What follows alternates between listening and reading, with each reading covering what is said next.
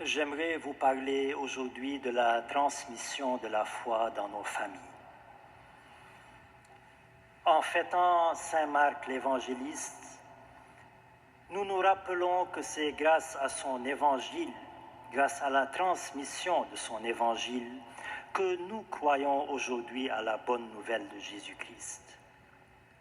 La foi se transmet donc de génération en génération et il nous incombe, il nous revient, il nous appartient de poursuivre cette transmission malgré les tentatives multiformes d'interruption de cette transmission tout au long de l'histoire de l'Église et jusqu'à nos jours. Quand Jésus ressuscité apparaît à ses disciples, il leur dit « Allez proclamer la bonne nouvelle à toutes les nations, en commençant par Jérusalem, précise Saint Luc. En commençant par Jérusalem, c'est-à-dire en commençant dans votre ville, chez vous, dans votre maison, dans votre famille. La transmission de la foi commence donc dans la famille. Et la transmission de la foi est alors un cadeau d'amour que nous devons à nos enfants.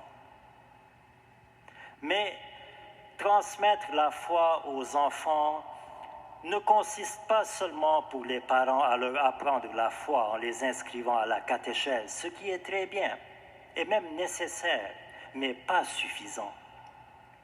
Car la transmission de la foi n'est pas seulement un apprentissage, mais d'abord un témoignage. L'enfant voit et apprend plus quand il voit ses parents agir que quand il lit dans les livres. Il voit la foi active de ses parents. Il voit leurs gestes d'amour et il apprend à aimer. Il voit leur miséricorde et il apprend à être miséricordieux. Il entend leurs paroles respectueuses et il apprend à être respectueux. Mais il voit aussi leurs gestes de violence et apprend la violence. Il voit leur indifférence mutuelle et apprend l'indifférence. Il entend leurs paroles irrespectueuses et apprend les paroles irrespectueuses.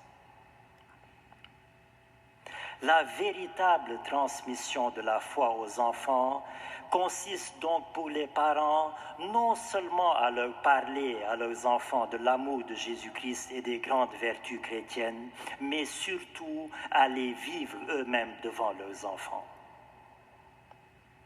Le témoignage de la foi vaut mieux que 1000 discours sur la foi.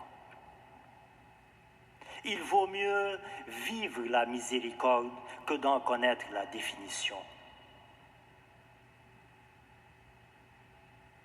Il nous appartient donc de poursuivre la transmission à nos enfants. Si l'enfant à la maison, s'il entend seulement ses parents lui parler de l'amour du Christ, sans le voir cet amour dans leurs parents, eh bien, l'enfant prendra Jésus pour une simple idée et sa foi pour une simple formalité. Alors, chers parents, les fleurs de demain sont dans les semences d'aujourd'hui, nous dit le proverbe. Alors, semez aujourd'hui dans vos enfants l'amour de Jésus-Christ en le vivant vous-même, pour que demain vos enfants fleurissent à la lumière du Christ. Semez aujourd'hui dans vos enfants la bonne nouvelle de Jésus-Christ, pour que demain ils ne soient pas troublés par les mauvaises nouvelles de ce monde. Ne les conduisez pas à Jésus-Christ par la force de vos bras, mais par la force de votre amour. Et demandons aujourd'hui, frères et sœurs, demandons par l'intercession de Saint Marc, qui est le transmetteur sacré de la bonne nouvelle, demandons que la foi s'incarne, prenne chair dans les parents et se transmette ensuite à leurs enfants pour que nous formions, pour que nous bâtissions des familles chrétiennes unies, soudées et épanouies dans l'amour de Jésus-Christ. Amen.